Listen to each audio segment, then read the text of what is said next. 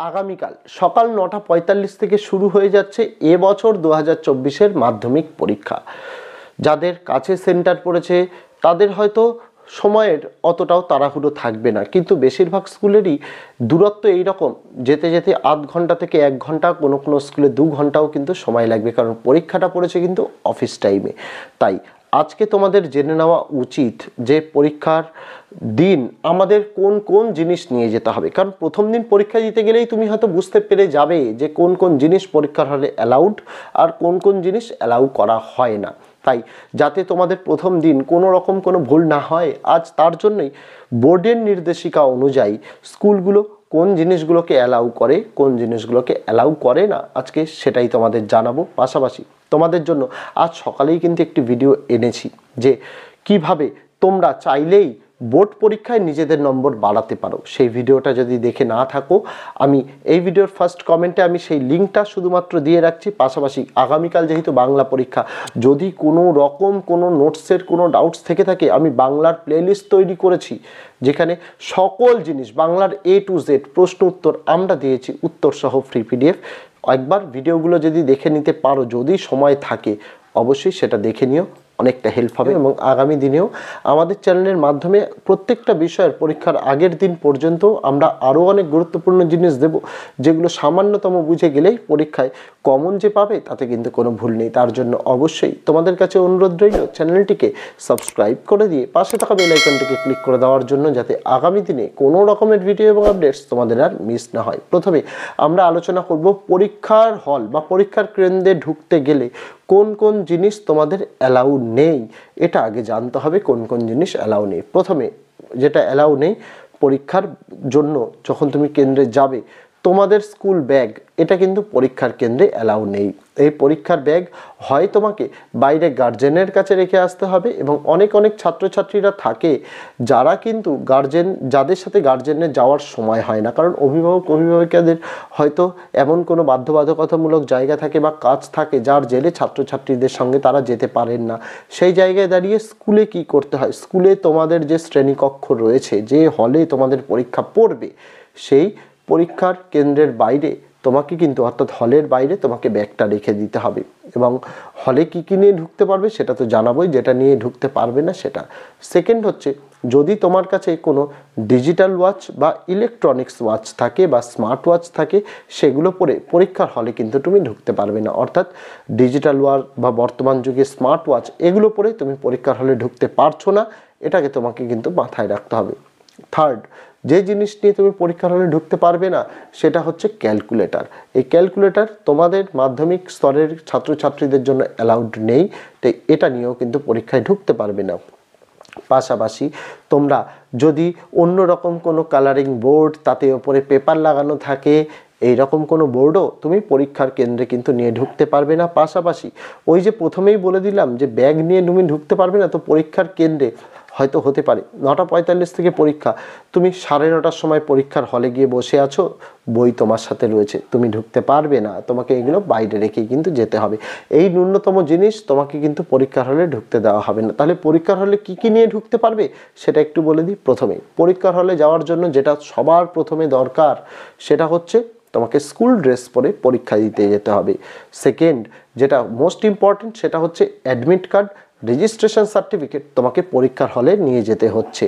Third, যেটা তুমি pen ব্যবহার করতে পারবে 2 রকমের, একটা নীল কালি আর একটা কালো কালি। এই দুটো কালি ছাড়া অন্য কোনো কালির ব্যবহার তুমি করতে পারবে না।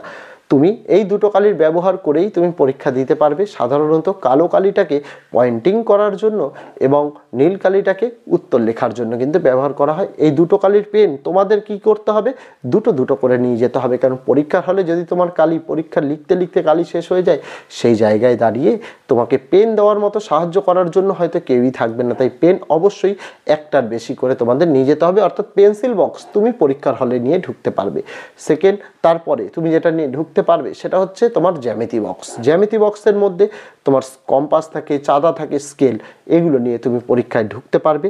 আরও একটা জিনিস তোমাদের বলে দিই, হয়তো তোমাদের বলা হয়নি, যেটা নিয়ে ঢুকতে পারবে না, স্কেল থাকে, স্কেলের মধ্যে যদি কোনো রকম কোনো ফর্মুলা থাকে, আমরা জানি মার্কেটে এরকম অনেক স্কেল আছে যেগুলো ফর্মুলা স্কেল নামে পরিচিত, সেই স্কেলগুলোও কিন্তু পরীক্ষার হলে নিয়ে ঢুকতে পারবে না। ওগুলো যদি পরীক্ষার হলে নিয়ে ঢোকো, ওগুলো কিন্তু এক্সামিনার যিনি থাকবেন, যিনি গার্ড দেবেন, সেগুলো কিন্তু তোমার কাছ থেকে নিয়ে নেবে।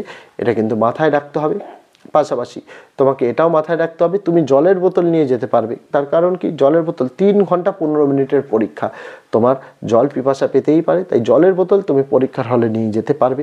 তার পাশাপাশি তুমি আর কি নিয়ে যেতে পারবে, তুমি নিয়ে যেতে পারবে বোর্ড। সেই বোর্ডটা হওয়া উচিত অবশ্যই ট্রান্সপারেন্ট। ট্রান্সপারেন্ট বোর্ড মানে কি, হোয়াইট কালারের বোর্ড যার এদিক ওদিক দেখা যায়। সেই বোর্ডের ওপর কোনো কাগজ যদি লাগানো থাকে, সেই বোর্ড কিন্তু তোমাকে পরীক্ষার হলে অ্যালাউ করা হবে না। ট্রান্সপারেন্ট বোর্ড একমাত্র পরীক্ষার হলে কিন্তু তুমি নিয়ে যেতে পারবে। এই ন্যূনতম জিনিসগুলি তুমি কিন্তু পরীক্ষার হলে নিয়ে যেতে পারছো। আর যদি তোমার সাথে গার্জেন না যায়, হতেও পারে তুমি গাড়িতে করে যাচ্ছ, বাসে করে যাচ্ছ, অটো করে যাচ্ছ, তোমাকে অবশ্যই পড়তে যেতে হবে। তুমি অবশ্যই বই নিয়ে যেতে পারো, তবে সেটা ব্যাগ সমেত। পরীক্ষার হলের বাইরে তোমাকে ব্যাগটা কিন্তু রেখে দিতে হবে। তবে ব্যাগ থেকে যদি কোনো সামগ্রী চুরি হয়ে যায় বা কিছু হয়ে যায়, তার জন্য কিন্তু দায়ী স্কুল কর্তৃপক্ষ কিন্তু থাকবে না। এটা নিজ রেসপন্সিবিলিটি। আর যাদের গার্জেন যাচ্ছে, তারা অবশ্যই গার্জেনের কাছে এগুলো কিন্তু দিয়ে যেও। মোবাইল ফোন তো কোনোভাবেই অ্যালাউড নয়। বিগত বছরগুলোতেও আমরা কিন্তু দেখেছি, বহু ছাত্রছাত্রী বলা ভুল হবে, কয়েকজন ছাত্রছাত্রী তারা কোথাও না কোথাও মোবাইল ফোনটা নিয়ে গিয়ে সেই প্রশ্নপত্রের ফটো তুলে ভাইরাল করেছে। এই রকম যদি এবার হয়, তাহলে কিন্তু পরীক্ষা তোমাদের কিন্তু বাতিল হয়ে যাবে। কারণ প্রশ্নপত্রে এবার থাকছে কিউআর কোড এবং সেট নম্বর। অর্থাৎ ওই যে ফটোটা যদি তুলে কোনো ছাত্র বা ছাত্রী বা কোনো শিক্ষকও যদি এটাকে ছড়িয়ে দিতে চান, তাহলে কিন্তু তিনি কিন্তু ধরা পড়ে যাবেন। কারণ প্রত্যেকটা স্কুলে কোন সেটের কোন কিউআর কোডের প্রশ্ন যাচ্ছে, সেটা কিন্তু হিসেব থাকবে মধ্যশিক্ষা পর্ষদের কাছে।